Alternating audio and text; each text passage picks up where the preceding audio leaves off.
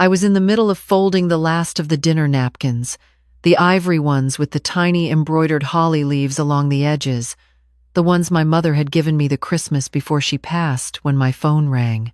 I knew it was my son before I even looked at the screen.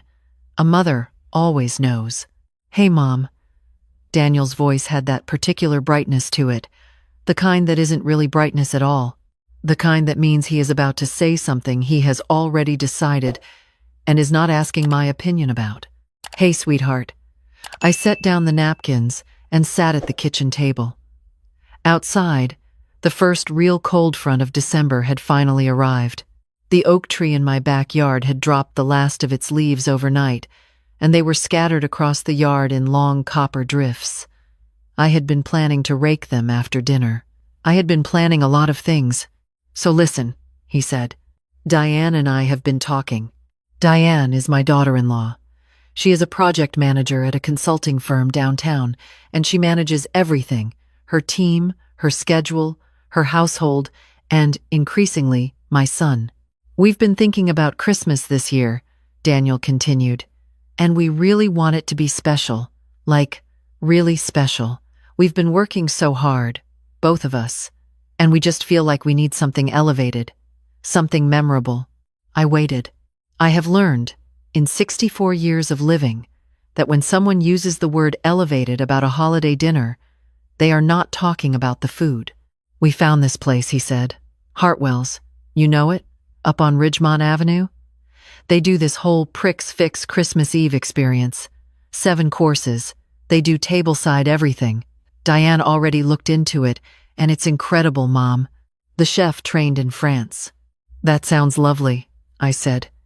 And I meant it. It did sound lovely. I just didn't yet understand where I fit into it. "The thing is," Daniel said, and here came the part I had been waiting for, "it's a pretty intimate setting. The reservation is for 4, just me and Diane and the kids." I looked down at the napkins on my table, 14 of them, pressed and folded.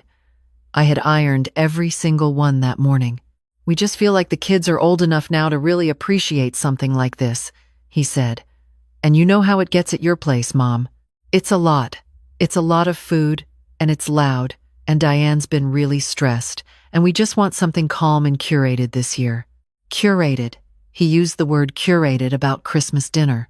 "And honestly," he added, and I could hear him choosing the words carefully, "the way you do when you have rehearsed something but are still not sure it will land right. Your cooking is wonderful, Mom. You know I love your cooking. But it's very traditional, and we're just in a different place right now." I sat with that for a moment. Very traditional. Said as though tradition were something to apologize for. As though the green bean casserole I had made every Christmas for 31 years was something to be outgrown. As though the smell of my kitchen on Christmas Eve, brown butter and cinnamon, and something slow cooking since the morning was quaint. A relic, not elevated enough for the life my son was building. "I understand," I said. "Because what else do you say?" "We'll do something with you before," he offered. "Maybe the 23rd? We could take you to brunch." Brunch. I had raised that boy on homemade cinnamon rolls and fresh squeezed orange juice every Christmas morning for 22 years, and he was offering me brunch on the 23rd. "That would be fine," I said. We talked for another few minutes about nothing important. His work, the kids' school play, some renovation Diane wanted to do to the guest bathroom. When we hung up, I sat at the table for a long time without moving. The oak leaves outside lifted and scattered in a gust of wind. A cardinal landed on the back fence, looked around as though disappointed by what it found, and flew away. I am not a woman who cries easily. My mother wasn't, either. We are the kind of women who feel things fully and then get up and do something with our hands. So I got up. I went to the refrigerator and stood in front of it for a while, looking at the careful inventory of what I had already begun accumulating. The 2-pound block of Gruyere, the fresh cranberries in the produce drawer, the quart of heavy cream. I had put a standing rib roast on order at the butcher 3 weeks ago. I had found my grandmother's handwritten recipe for her chestnut stuffing tucked inside an old cookbook in September, and had felt, for the first time in a long time, genuinely excited about December. I closed the refrigerator. Then I opened my laptop and sat back down at the kitchen table, and I started to think. The idea didn't come all at once. It came the way most good things do, slowly, and from an unexpected direction. It started with my neighbor Beverly.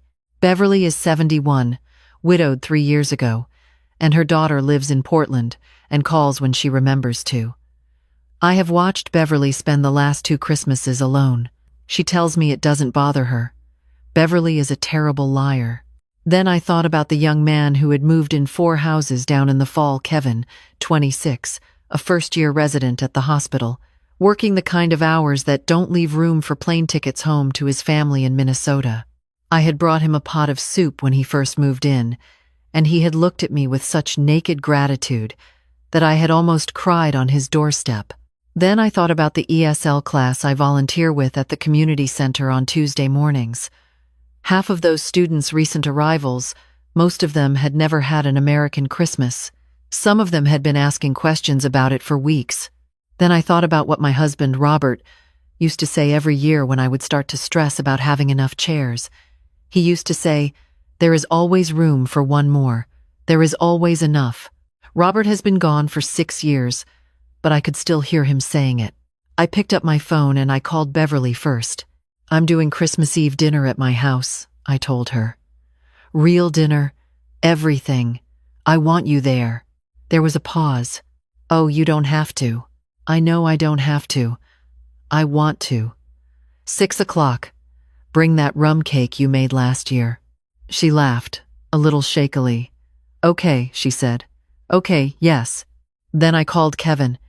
He sounded exhausted. He was coming off a night shift. I could hear it, but when I explained, something shifted in his voice. He said he would be there. He said, quietly, that he hadn't been sure what he was going to do that night. Then I sent a message to my friend Gloria at the community center, who coordinates volunteers. I told her I was hosting Christmas Eve dinner and asked if she knew anyone who needed a place to be. She sent back a list of 7 names within 20 minutes, with a note that said, "You are an answer to prayers I didn't know other people were saying." I sat at my kitchen table and looked at the list and felt something I had not felt since I hung up with Daniel. Not anger exactly, not hurt exactly.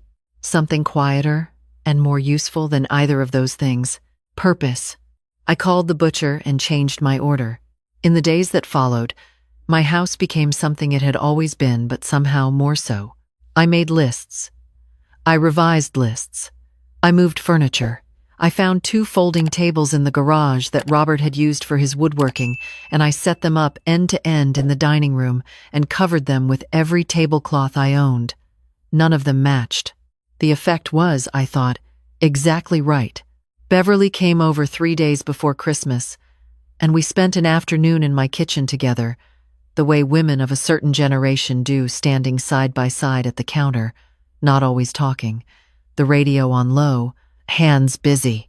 She told me about her daughter, a little bit. I told her about Daniel, a little bit. We didn't say too much. We just cooked. I made the standing rib roast I had ordered, rubbed with herbs and garlic, and left to rest uncovered in the refrigerator overnight the way my mother taught me.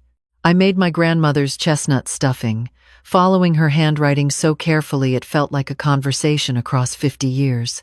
I made green bean casserole, because I have always made green bean casserole, and I was not going to stop now. I made a sweet potato dish with brown sugar and a little orange zest that Robert had always asked for twice. I made rolls from scratch, the pull-apart kind, and they filled the kitchen with a smell so specific and so mine that I had to stand still for a moment in the middle of it and just breathe. Kevin showed up on the 23rd, his day off, and asked if there was anything he could do. I handed him a peeler and a 10-pound bag of potatoes, and we talked for 2 hours while he worked. He told me about his family in Minnesota, his mom's tamales, his grandmother's rice pudding, the way they always watch the same movie on Christmas Eve no matter what. I told him about Robert. About how the first Christmas after he died I had almost not decorated at all, and then at the last minute put up every single ornament we owned, even the ugly ones, especially the ugly ones because they were ours. "Can I ask you something?" Kevin said, not looking up from the potatoes. Of course. How do you do that?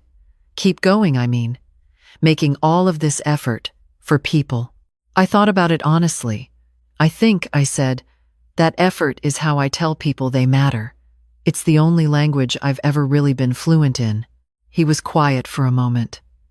Then he said, "Your son is an idiot." I laughed so hard I had to put down the wooden spoon.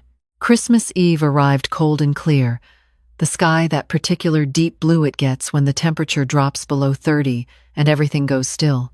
By 5:30 my house smelled like everything good I had ever made. The tables were set mismatched cloths, the ivory napkins with the embroidered holly, candles down the center in every candle holder I owned, which is many, because I have been collecting them for 40 years. A small cedar branch from the yard sat in a mason jar near the door, with a few sprigs of rosemary tucked in. It cost me nothing. It looked like a magazine. Beverly arrived first, with her rum cake in a carrier and her good earrings on. She stood in my doorway and looked at the tables through the archway and pressed her fingers to her mouth. "Oh, Rose," she said. "My name is Rose. Come in, it's freezing." Kevin came next, with a bottle of sparkling cider tied with a bow, wearing a tie I am fairly certain he had not worn since his medical school interview.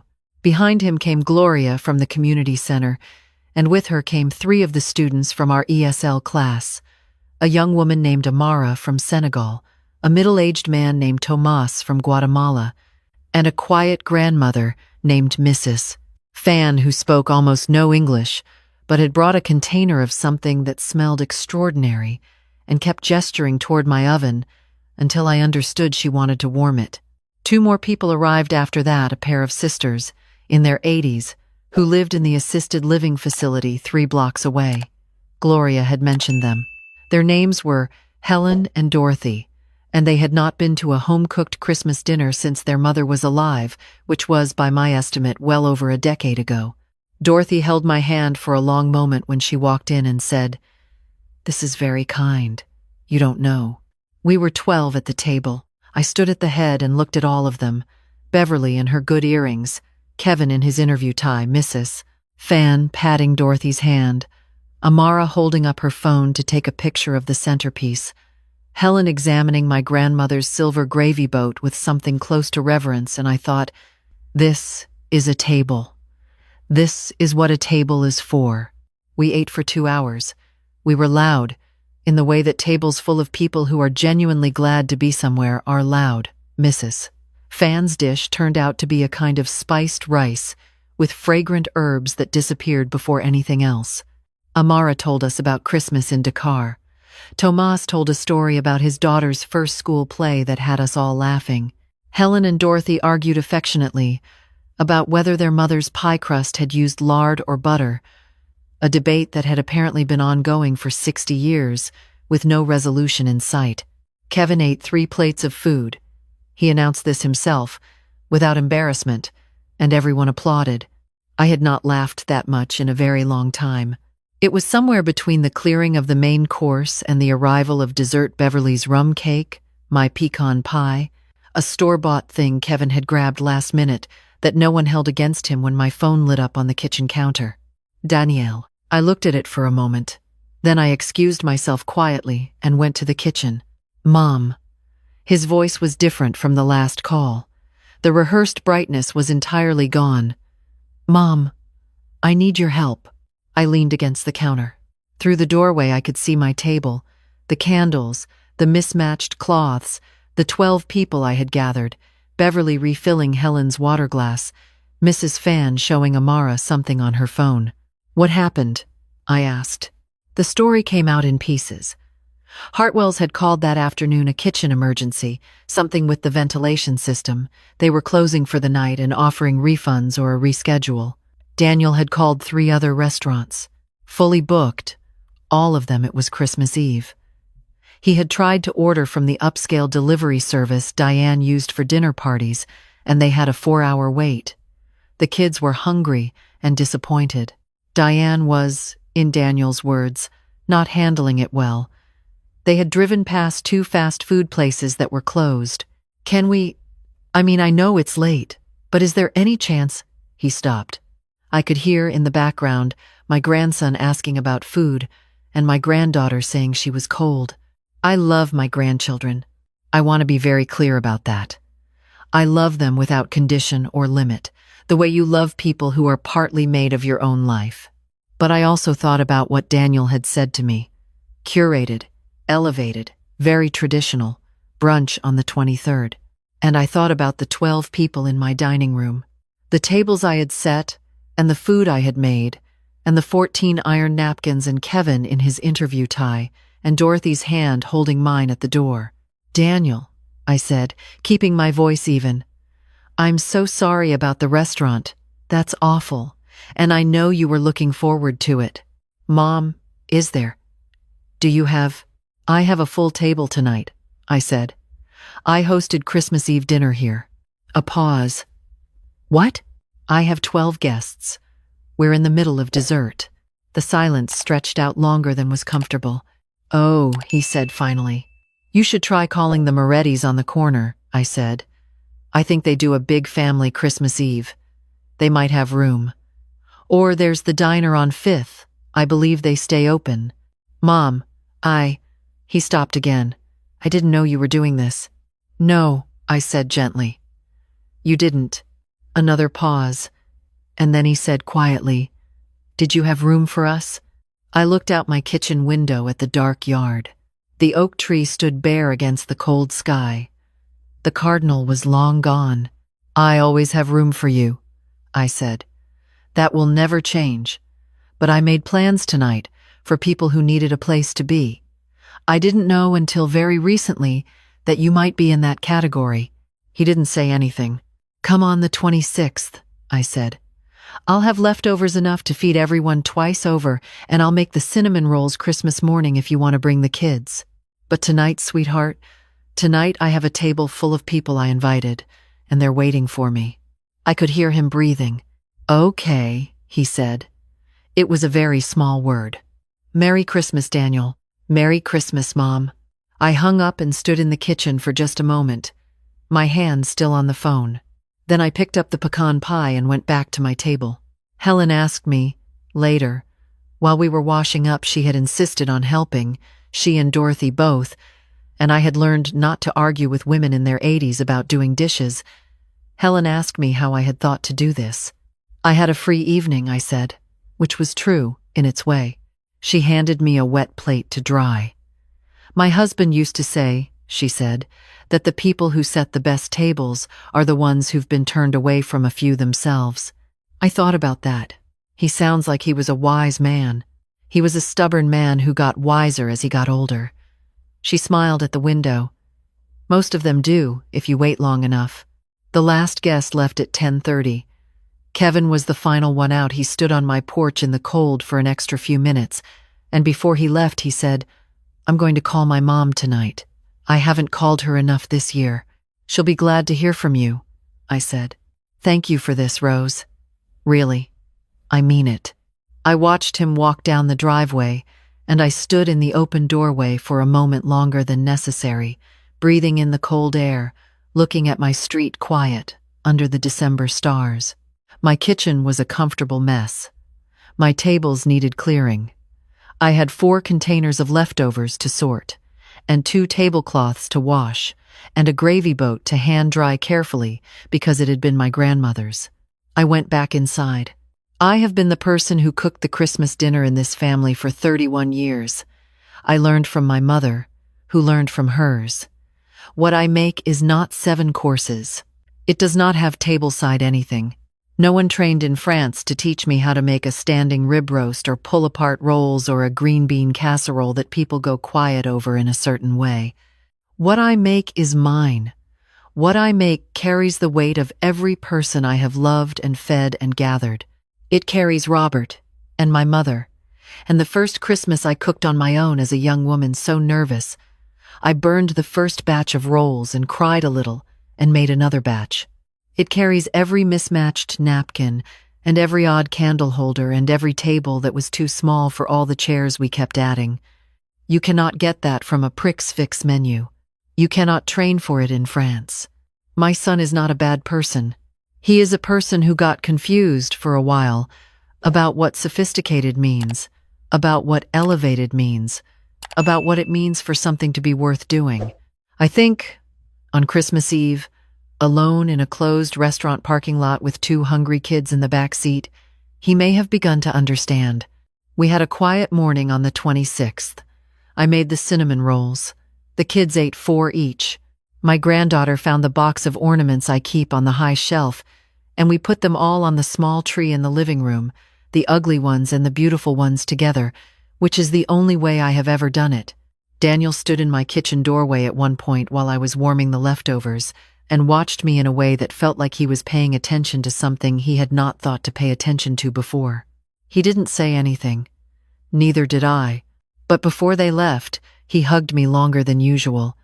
And when he pulled back, he had the look of a man who has something to say and does not yet have the right words for it, which is its own kind of progress. I kissed him on the cheek. "Same time next year," I said. "My house." He nodded. "Yeah," he said. "Your house." I stood on the porch and watched them back out of the driveway, and I stayed out longer than the cold really warranted, just breathing, just standing in the place that is mine, that I have made warm for 31 years, that will be warm for as many years as I have left to make it so. I am 64 years old. I have set a good table for a long time. I do not intend to stop.